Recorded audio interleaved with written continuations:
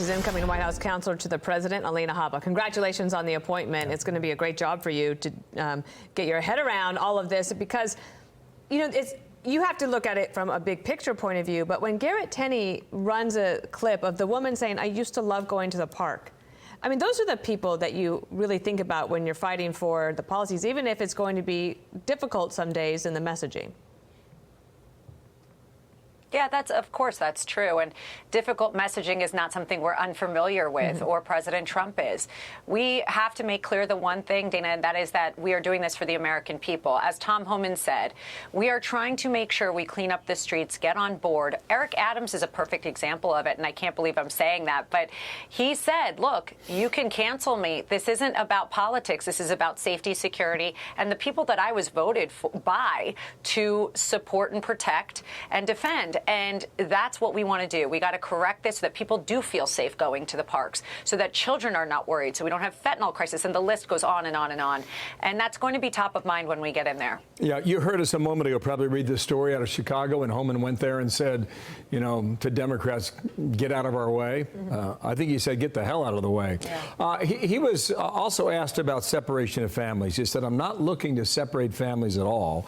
That's not my goal. My goal is to enforce the law, but if you put yourself in that position, it may happen, end quote. How much thought have you given to that possibility, Lena? Listen, every single issue that we're going to have to face because of what they have done over the last 3.5 years is going to have the negative press, the positive press, all the things that come with making tough decisions. Nobody is breaking up families. Nobody is targeting individuals and making sure that one over the other goes out. That doesn't happen under President Trump. It didn't happen before. But you do not have a right to come here to endanger us or to not come in here the right way. You can come in as an immigrant, as my parents did, but you must do it the right way. So there's nobody that understands it better than I do, but I can assure you, Tom Homan, as tough as nails as he is, he's looking out for us. And child trafficking is something he's spoken about extensively. And that is why he wants to get families, if they will cooperate, out and in the right way. That's all it is. You're welcome into this country, but not illegally.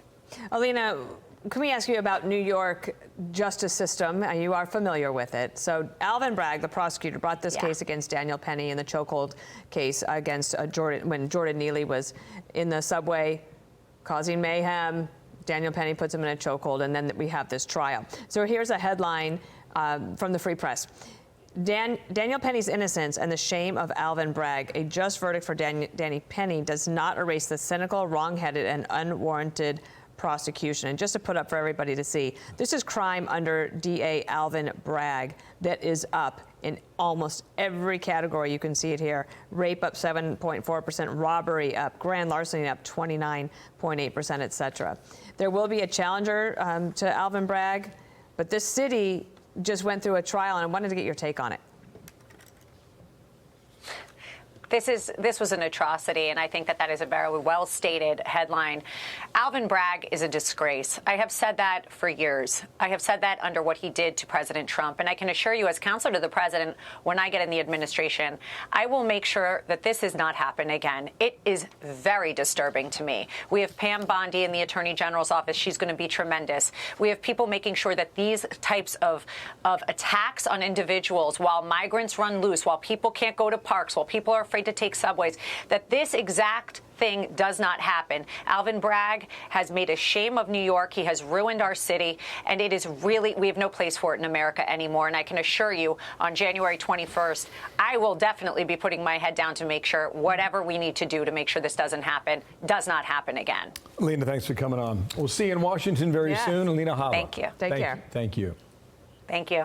I'm Steve Doocy. I'm Brian Kilmeade. And I'm Ainsley Earhart. And click here to subscribe to the Fox News YouTube page to catch our hottest interviews and most compelling analysis.